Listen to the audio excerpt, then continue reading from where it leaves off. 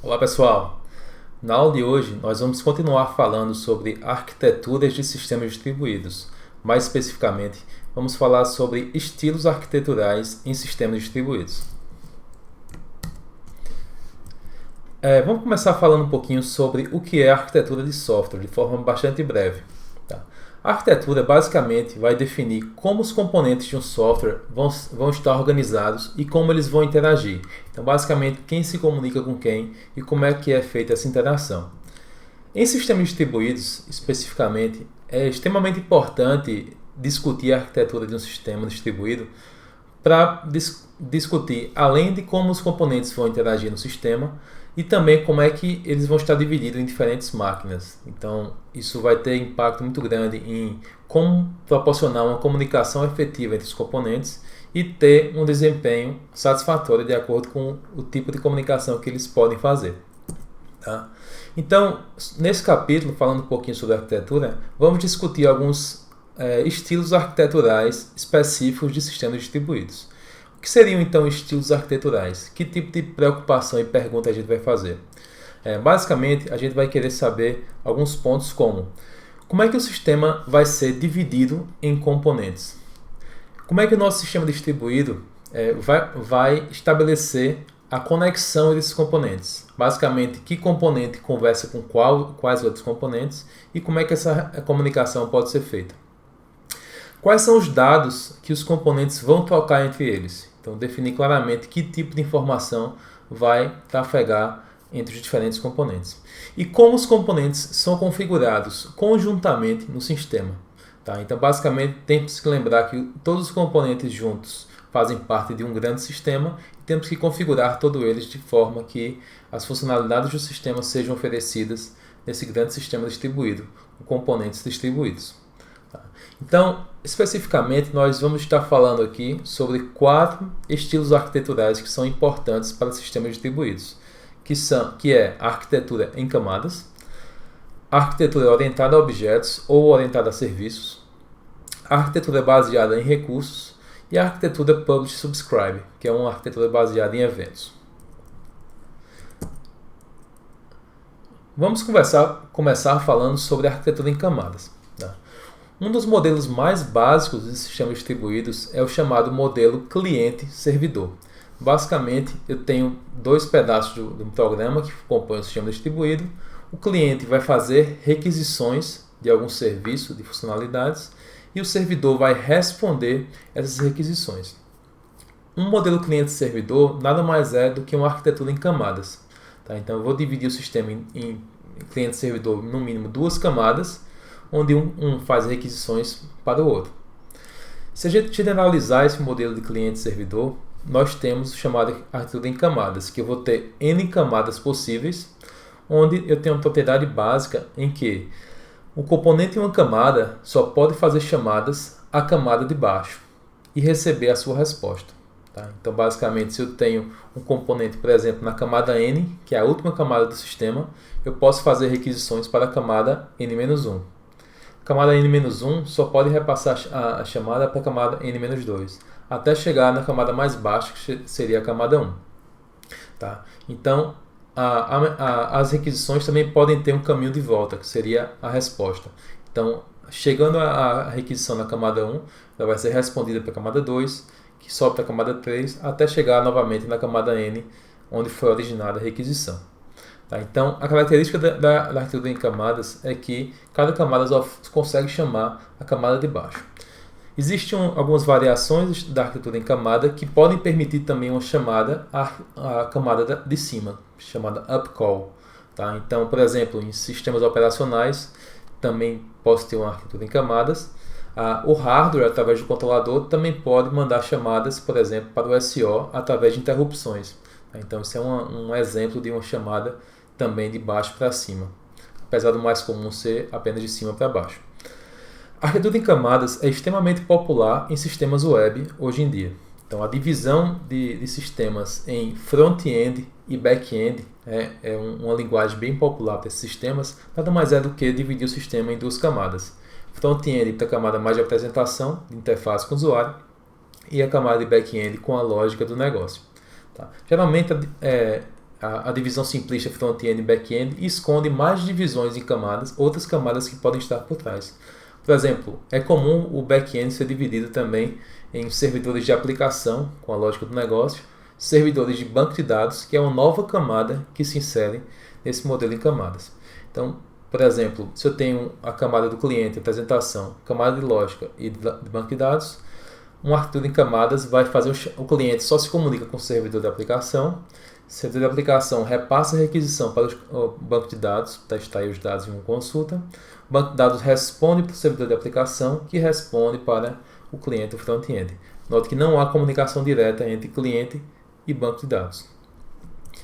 Vamos falar aqui um pouquinho de um exemplo em uma arquitetura em camadas de um sistema de busca online, tipo Google Search. Tá? Então, nesse exemplo, a gente tem a camada mais acima, que é o nível de interface do usuário. O usuário vai lá no browser e digita uma expressão, uma palavra-chave para realizar a busca. Nesse momento, essa requisição é enviada para a próxima camada, que é aqui no nível de processamento de lógica do negócio. Então, o servidor recebe essa consulta, recebe a palavra-chave, monta uma consulta para o banco de dados e realiza uma consulta para extrair os dados de interesse. Então, o banco de dados aqui processa essa consulta que foi realizada e devolve a camada de aplicação da lógica do negócio com os resultados, por exemplo, das páginas web que contém aquelas palavras-chave. A lógica do negócio vai pegar essas páginas e vai aplicar algum algoritmo de ordenação baseado em algum tipo de ranking para ordenar os resultados que vão ser exibidos para o usuário. O servidor também pode montar a página HTML final com os resultados e retornar a front-end, que é ao cliente, interface usuário, para o usuário poder visualizar o resultado no browser. Esse é o modelo clássico de camadas, com camada de interface, processamento e um nível de dados. Bem, uma discussão que se tem bastante na arquitetura de camadas é como dividir as responsabilidades. Quantas camadas eu vou ter e quem vai ficar responsável por quais funcionalidades? Qual camada vai ficar responsável por quais funcionalidades? Então, no início, era muito comum a gente ter um modelo como esse modelo aqui da letra A, onde a maior parte da lógica do negócio ficava no servidor. Então, essa linha tracejada aqui diz que na parte de cima é o que está do lado do cliente. O que está abaixo da linha tracejada está no lado do servidor. Então, nos primeiros aplicativos distribuídos que surgiram, distribuídos em camadas, no lado do cliente, basicamente eu tinha apenas a interface usuário, uma pequena camada de interface usuário para exibição para o usuário e para coletar o input do usuário. Um pedaço da interface usuário ficava no servidor, por exemplo, geração de páginas HTML, a lógica do negócio ficava completamente no servidor e também o banco de dados ficava no servidor. Ao longo do tempo, começou-se a adicionar mais funcionalidades para o usuário, para a interface usuário. Por exemplo, a interface usuário foi capaz já de montar toda a sua camada de apresentação totalmente no lado cliente. Num passo adiante, aqui na letra C, a camada de o lado cliente começou inclusive a incorporar um pouco da lógica do negócio da aplicação do lado cliente. Por exemplo, em sistemas web, com a chegada de tecnologias como JavaScript, Ajax, o lado cliente começou a ter mais inteligência e poder ter mais flexibilidade para implementar também lógica de negócio. Além disso, começou-se a ampliar e, inclusive, ter toda a lógica do negócio, toda a aplicação do lado do cliente. Inclusive, parte do banco de dados incorporados do lado do cliente. Isso também é possível, dada a evolução das tecnologias do lado do cliente. Tá? Apesar de que também surgiu um novo movimento nos novos dispositivos, de ter dispositivos móveis cada vez menos capazes, pequenos, de bolso, que colocar toda a aplicação, inclusive um pedaço do banco de dados dentro do dispositivo móvel com pouca capacidade, pode fazer com que ele fique sobrecarregado e não consiga dar conta. Então, houve novamente um movimento para a esquerda, tentando trazer novamente grande parte da aplicação do processamento pesado para o lado do servidor e deixando no cliente só o mínimo possível para poder prover uma boa interação com o usuário. Então, essa linha fica indo e voltando Tá? Depende muito do tipo de aplicação, depende muito do tipo de dispositivo que vai ser acessado. Quanto mais aplicação do lado do cliente, mais rápida vai ser a interação, porque ele não precisa fazer muitas chamadas ao servidor, geralmente é lento, para recuperar dados e lógica do negócio. Ao mesmo tempo, também pode sobrecarregar o dispositivo, né, se tiver muita lógica do lado dele. Ok? Bem, um segundo estilo arquitetural de sistemas distribuídos é a chamada arquitetura orientada a objetos. Tá? Então, qual a grande vantagem aqui? Basicamente, ele pega todas as facilidades e vantagens de se ter uma programação orientada a objetos, que toda a abstração de objetos e a facilidade de modular um programa onde você pode chamar objetos através de chamada de métodos com interface para prover um bom entendimento do código e expandir isso para sistemas distribuídos. São chamados objetos distribuídos. Eles basicamente vão, assim como é feito na programação orientada a objetos, eles vão conversar, interagir através de chamadas de métodos, tá? Através de composições de chamadas de método. Tá? Então ele vai incorporar todos os benefícios, mas também vai conseguir rodar num ambiente distribuído. Por exemplo, eu posso ter objetos que, ao invés de estar todos rodando na mesma máquina, todos no mesmo processo, eu posso ter objetos distribuídos agora rodando em máquinas diferentes. Tá? Então, mesma abstração de sistemas distribuídos, imagina uma aplicação Java que você faz com várias classes, só que os objetos podem estar agora localizados em máquinas diferentes. Tá? Como é que essa mágica é feita? Bem, existem frameworks e middlewares para objetos distribuídos, por exemplo, Java RMI, que vai deixar transparente essa questão da chamada de objetos distribuídos. Você basicamente quase que programa como se fosse programando para um programa rodando numa máquina só. E por trás, o que ele faz? Bem, nesse exemplo aqui, né, eu tenho uma máquina cliente, que é a máquina onde eu vou fazer uma chamada de um método de um objeto distribuído. Só que o objeto distribuído reside em uma outra máquina, que a gente chama aqui da máquina servidor. No momento em que o cliente faz uma chamada de um método de um objeto que está em outro lugar, na verdade ele vai fazer uma chamada no que a gente chama de um proxy. Tá? Esse proxy é basicamente um objeto que tem a mesma interface do objeto distribuído que ele está com interesse, só que é só uma casquinha, é só uma casca com a mesma interface. E quando eu chamo um método desse proxy, na verdade essa chamada é encapsulada e enviada através da rede até o servidor, que é onde o objeto distribuído está armazenado. Aqui no servidor, eu tenho aqui um componente chamado skeleton ou stub, que vai receber essa chamada, vai desencapsular aquela chamada que foi feita de métodos e realizar a mesma chamada de método que ele recebeu no objeto de fato distribuído que contém todas as informações e os dados que ele precisa. Então a chamada de método é feita e o retorno dessa chamada de método é enviado novamente de volta através da rede até a máquina cliente. Então note que ele simplesmente fez uma chamada de método, atravessou a rede, chegou no objeto distribuído no servidor, o retorno do método voltou e chegou ao resultado de forma totalmente transparente. O cliente basicamente nem ficou sabendo, né, que essa chamada foi feita de forma remota. Tá? Então é um paradigma bem interessante, é uma forma bem simples de programar e manter sua programação orientada a objetos e de forma transparente essas chamadas serem feitas através da rede. Tá? Java RMI é um dos grandes exemplos desse tipo de ferramenta, tá? Que tem caído um pouco em desuso para dar lugar a outros tipos de tecnologia, mas ainda assim é uma ferramenta bastante interessante. Bem, outro tipo de arquitetura é a chamada arquitetura orientada a serviços. A ideia é que haja uma separação de serviços, que esses serviços operam de forma independente, mas eles podem serem integrados para formar um sistema maior. Tá? Eu tenho uma ideia basicamente similar à de objetos distribuídos. Eu tenho agora serviços que podem estar localizados em máquinas diferentes e eles vão se comunicar para oferecer um serviço maior. Basicamente, uma aplicação distribuída orientada a serviços vai ser composta por vários serviços diferentes que se comunicam. Tá? Então, isso aqui é muito semelhante ao que a gente falou na aula passada, né, da integração de aplicações corporativas. Basicamente, eu vou ter exatamente isso. E para permitir essa integração, esses serviços vão ter que ter interfaces muito bem definidas e um padrão de comunicação também muito bem definido. Tá? Um exemplo desse tipo de aplicação seria o Booking.com, um site de reservas online onde você vai fazer reservas em diversos hotéis e pousadas ao redor do mundo.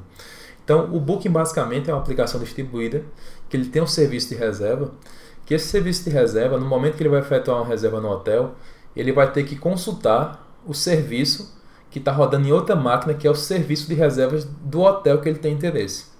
Tá? Ou quando ele vai fazer uma busca para vários hotéis, várias pousadas, dentro de uma certa data, por exemplo, ele pode consultar vários serviços, todos os serviços das pousadas e hotéis que ele tem noção, e consultar a disponibilidade daqueles sites e hotéis. Por quê? Se ele não fizer isso, pode ser que tenha chegado um hóspede direto no hotel, um hotel específico, ter reservado lá diretamente no balcão, e como é que o Booking vai ficar sabendo desse tipo de reserva? Tá? Então, a integração dos serviços é importante para fazer toda essa comunicação.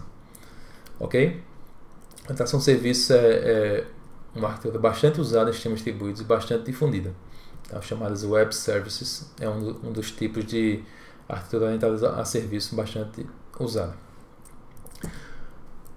Bem, um outro tipo de estilo arquitetural de sistemas distribuídos é o chamado arquitetura baseada em recursos. Basicamente, o sistema vai ser uma coleção de recursos gerenciados de forma individual. O que são esses recursos? Acho que vai ficar um pouquinho mais claro no momento que a gente falar de um grande exemplo. O principal exemplo de arquitetura baseada em recursos é o REST, Representational State Transfer. Todos vocês já devem ter ouvido falar em API REST ou REST APIs. Basicamente, é uma estrutura baseada em recursos. Então, eles seguem basicamente algumas propriedades. Os recursos em um ambiente como o REST são identificados por um esquema único de nomeação. Então, eu vou ter um esquema único, geralmente associado a um URL, que vai identificar um recurso dentro desse meu sistema. Os serviços vão oferecer exatamente a mesma interface. Então, eu tenho 4 métodos que são oferecidos para aplicar em cima dos recursos. Eu tenho o método GET para obter informações, obter dados sobre um recurso. O método PUT para poder inserir e criar um novo recurso. Eu tenho o método DELETE para deletar um item, um recurso. E o método POST para poder atualizar informações de um recurso. Tá? As mensagens enviadas de ou para serviços baseados em recursos são autocontidas. Então, toda informação necessária de qual recurso está acessando, que operações vão fazer, quem está enviando, quem está fazendo, tudo isso vem encapsulado dentro de dentro de cada mensagem que é enviada nesse tipo de ambiente. Por quê? Principalmente porque os componentes não guardam o estado das requisições. Então, uma requisição REST é feita, ele não tem um estado anterior de quais chamadas foram feitas pelo mesmo cliente. Ele não mantém estado. Basicamente, o que a gente chama de um sistema stateless. Tá? Então, toda informação que é transitada tem que ir junto da mensagem. Eu não posso confiar que o servidor está guardando um estado das comunicações que são feitas através de um cliente-servidor no sistema REST. Para permitir a comunicação de forma simples, o REST adota padrões bastante populares de comunicação. Primeiro, a comunicação REST é toda feita em cima do protocolo HTTP, que é bastante difundida na internet. Por exemplo, todo browser consegue, implementa a comunicação HTTP. Então, por exemplo, a partir de qualquer browser você consegue conversar com um sistema baseado em REST. E para a representação dos dados, o REST adota o formato JSON, certo? Então, JSON é um formato também de organização de dados que é bastante popular, padronizado, que você pode ser bem representado de forma textual, que é fácil também de manter essa comunicação. Então, hoje em dia, os sistemas REST são extremamente difundidos, principalmente em sistemas web, sistemas mobile, que tem uma comunicação cliente-servidor, pela facilidade e flexibilidade que se tem no seu uso e na sua aplicação. Essa redução de quantidade de métodos possíveis e pensar no sistema como recursos que podem simplesmente ser somente obtidos, modificados, deletados ou atualizados, torna as aplicações muito simples. Bem, apesar de tornar as aplicações muito simples, né, teoricamente, eles às vezes têm uma certa limitação com relação ao tipo de comunicação que ele pode fazer. Algumas aplicações que exigem uma comunicação mais complexa, que exigem que o servidor, por exemplo, guarde um certo estado das operações anteriores que ocorreram entre cliente e servidor, talvez o REST não seja tão adequado. Tá? Então, por exemplo, um sistema que exige realizar transações distribuídas, onde eu quero fazer operações em conjunto de forma atômica, talvez manter um histórico de requisições e guardar um estado de requisições seja útil para poder coordenar melhor esse tipo de sistema. Então, às vezes o REST não é tão adequado para sistemas como esse, que exige comunicação mais complexa, guardando estados, etc. Então, a gente vai ver mais na frente algumas opções como o RPC, com chamadas diretas, comunicação direta de troca de mensagens, ou RPC, ou chamadas de procedimentos remotos, que vão poder prover comunicações mais complexas entre diferentes componentes do sistema. Por fim, vamos falar aqui sobre o estilo arquitetural de Publish Subscribe. Tá? Basicamente, Publish Subscribe é uma arquitetura baseada em eventos, onde um processo, que é o produtor de mensagens, de eventos, vai publicar eventos, tá? Então vai publicar conteúdo para um conjunto de interessados. Então essa operação de publicar conteúdo chama-se de Publish. Do outro lado, eu tenho um processo que tem interesse naquele certo tipo, naquele conteúdo, naqueles eventos que o produtor está produzindo. Eles vão se inscrever para receber notificações daquele conteúdo e receber os eventos. Então essa inscrição chama-se Subscribe. Tá? Então interessados em certo evento vão se inscrever e vão receber do produtor aqueles eventos ou notificações. Tá? A vantagem desse tipo de abordagem é que a comunicação entre produtor e consumidor não exige uma referência direta entre os dois. O produtor vai produzir conteúdo e mandar eventos sem saber exatamente para quem está mandando. Os inscritos vão se inscrever nos conteúdos de interesse sem necessariamente ter uma referência direta para o produtor, para quem está produzindo, quem está publicando. Então não vai exigir uma referência direta entre as duas partes. Tá? É diferente de uma abordagem, por exemplo, de troca de mensagens diretas entre um cliente e um servidor. Um vai ter uma referência do outro e eles vão se comunicar diretamente. Numa abordagem também de objetos distribuídos também, eu tenho um cliente que se conecta diretamente a um objeto e faz uma comunicação direta entre os dois componentes. Aqui não, se torna indireta essa questão de se cadastrar interessados e publicar para interessados sem alguma referência direta. Tá? Bem, esse tipo de comunicação, sem exigir uma referência direta, pode ser dividido ainda em dois tipos. Essa comunicação pode ser baseada em eventos ou através de um espaço de dados compartilhado. O modelo de baseado em eventos exige que as duas partes, quem publica e o interessado que recebe os eventos, que está inscrito, exige que os dois estejam conectados simultaneamente. Tá? Então eu estou publicando eventos e a outra parte está no momento conectada recebendo os eventos. Tá? Uma segunda abordagem é a chamada espaço de dados compartilhado, onde não há exigência de que o produtor de eventos ou de dados esteja conectado simultaneamente com os inscritos. Basicamente, o produtor vai escrever os dados dos eventos no espaço de dados compartilhados persistente, onde isso vai ser salvo num disco, e os inscritos podem receber em um outro momento esses dados, consumir os dados que foram inseridos nesse espaço de dados compartilhado. Então, permite uma comunicação offline. Tá?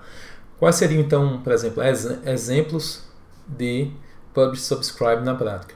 Imagine o sistema de redes sociais do Twitter, postagem de mensagens.